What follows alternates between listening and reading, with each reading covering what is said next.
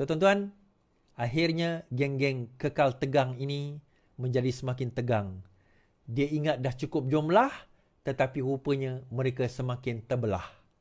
Yang sepatutnya menyokong mereka sudah mula meninggalkan mereka.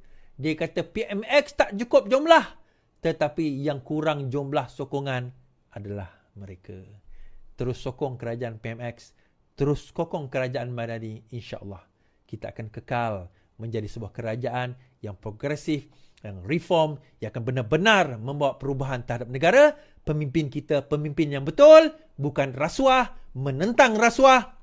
InsyaAllah kita berada di jalan yang benar, terus istiqamah di dalam jalan ini. Saya nak beritahu, memang sepatutnya zaman Datuk Seri Najib sendiri, sepatutnya Tun Dr. Mahathir ni dah boleh didakwa. Saya ada sedikit tekilan lah, sebabnya kita bazirkan duit negara, kita buat RCI ke atas apa yang dipanggil sebagai skandal BMF. Mula-mula kita ingat 10 juta je yang negara alami kerugian. Selepas kita buat RCI itu, kita dapati negara mengalami kerugian sebanyak 31.5 bilion ringgit. Dan ianya bukan hanya melibatkan Mahathir, ianya melibatkan Tun Daib. Tetapi last kali, tidak ada pendakwaan. Jawapan yang diorang bagi kepada kita ialah, diorang takut orang yang berusia 90 lebih tahun ni kalau masuk penjara, tiba-tiba kena gigit semut, mati. Mati dalam penjara dan kerajaan akan dipersalahkan. Contohnya, bila Benigno Aquino, dia balik daripada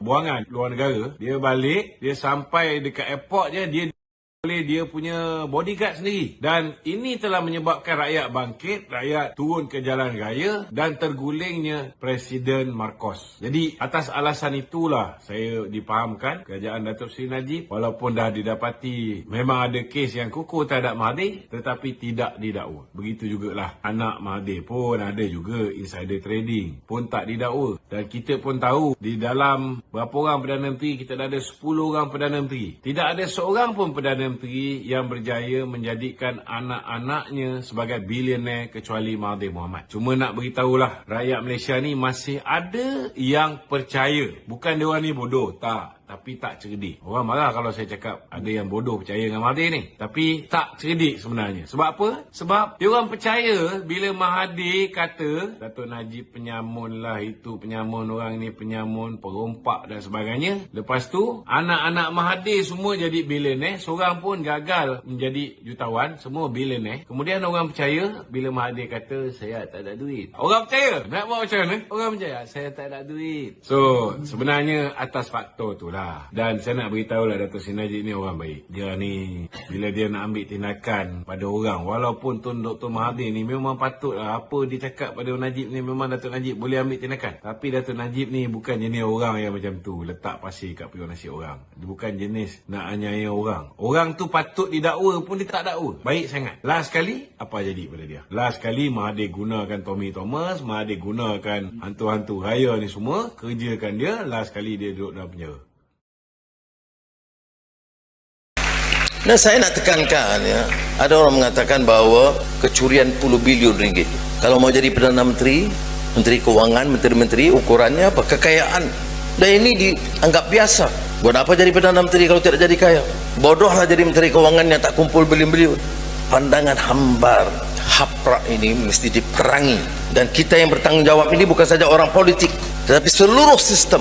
Berapa sarjana yang bicara dengan berani, yang mengizinkan keterlanjuran begini? Kita semua harus pikul tanggungjawab. Termasuk saya anggap saya harus lebih berani lagi dulu. Tetapi saya nak anggap ini sebagai satu upaya kita yang terkuat. Saudara, saya mulakan dengan tata kelola. Memang tata kelola dan rasuah ini dibenci oleh beberapa pihak. Dia kata Anwar ni tak ada modal lain.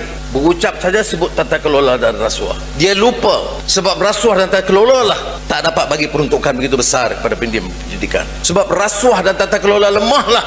8,000 tandas harus diperbaiki tahun lalu, diketepikan begitu rupa. Sebab rasuah dan tata kelola lemahlah yang menyebabkan puluhan bilion wang rakyat dipunggah untuk beberapa tokoh tertentu. Jadi sudah, saya harap saya akan dapat, kalau tidak ada sokongan dalam politik atau lain-lain, sekurang-kurangnya dalam isu tata kelola dan tuntutan ke arah perubahan, saya pohon dukungan penuh daripada rakyat terutama yang berfikir.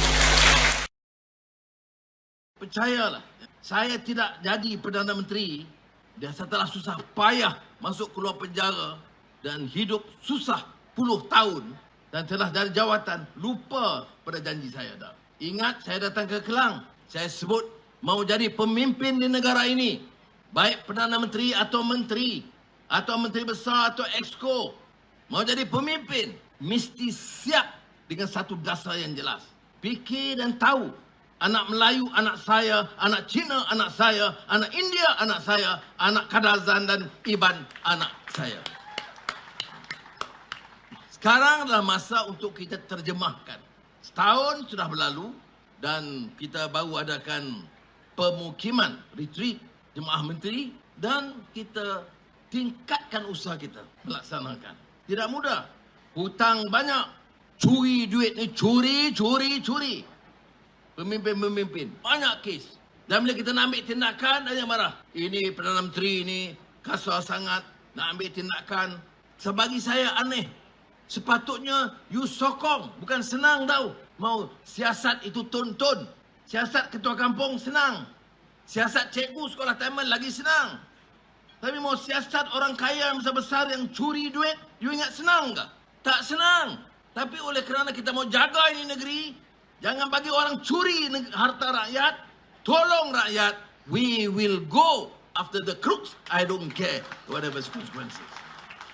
Saudara-saudari yang saya muliakan, nak tumpu tentang masalah masyarakat India yang banyak dibincangkan. Saya nak nasihat pemimpin-pemimpin masyarakat India, jangan terbawa-bawa dengan sentimen yang melampau kerana tidak akan menguntungkan. Yang hanya menyuarakan tapi tidak melaksanakan. Kita hadapi tuntutan yang kuat daripada masyarakat Melayu, tuntutan daripada masyarakat Cina, India, Sarawak, Sabah. Kita mesti ambil langkah, kekalkan semangat madani, adil bagi semua. Dan bila saya sebut begini, bukan mudah.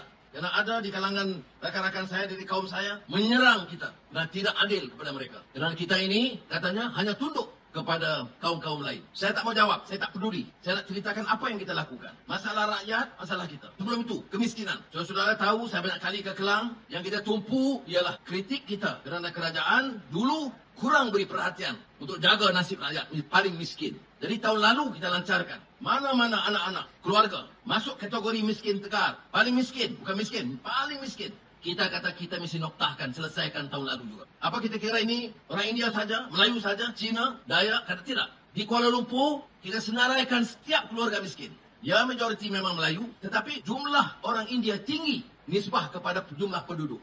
Apa yang kita lakukan? Setiap keluarga yang masuk kategori miskin tegar, kita bantu. Belum pernah kita lakukan begitu. Transparent, telus. Saya tak kira dia anak Melayu atau anak Cina atau anak India. Di Kuala Lumpur, masuk kategori miskin, kerajaan wajib tolong. Jadi pemimpin masyarakat India mesti faham ni. Ini lebih penting daripada nak jaga satu dua ketua masyarakat India. Nak jaga kepentingan mereka. Lebih penting kita jaga rakyat di bawah. Sampai sekarang dalam laporan akhir yang saya dapat yang penuh dari Kuala Lumpur dan Negeri Sembilan, kita telah berhasil menjaya menoktahkan kemiskinan tegar di kalangan rakyat. Kalau ada di kalangan masyarakat Melayu atau India atau Cina atau orang asli masuk kategori ini, tolong bagi tahu. Mungkin ada satu dua yang tercicir. Bagi saya ini program penting. Saya tak kata kemiskinan tegar Melayu, kemiskinan tegar India. Ini cara lama. Kalau kemiskinan, kemiskinlah. Tetapi kadang-kadang bila pemimpin-pemimpin, baik Melayu, lebih-lebih di India, bila bercakap, ini saya tak ambil perkiraan. Dia kata, no grant. What do you mean by no grant? Every single poor Indian is my problem. It's not an Indian problem. It's a national problem. Kita cuba lakukan dengan sebaik mungkin. Mereka perlu faham, anak-anak muda khususnya, politik, ya kita boleh lihat kadang-kadang politik ini politik yang kotor, politik yang tidak matang, politik yang tidak sihat, kecaman, makian, fitnah dan sebagainya. Tetapi saya percaya dalam politik yang tidak matang itu, dalam politik yang tidak sihat itu, ada politik yang baik, ada politik yang jujur, ada politik yang nak membantu rakyat, ada politik yang nak membantu ekonomi negara. Jadi walaupun ada banyak perkara-perkara yang dilihat sebagai ahli politik ini orang yang kotor, orang yang banyak dosa lah, rasuah lah, itu ini, orang yang menyokong benda-benda yang dikatakan menjual agama dan sebagainya. Tetapi saya percaya kita lihat dari sudut positif. Jika kita menyertai politik, kita boleh memastikan polisi-polisi yang lebih baik.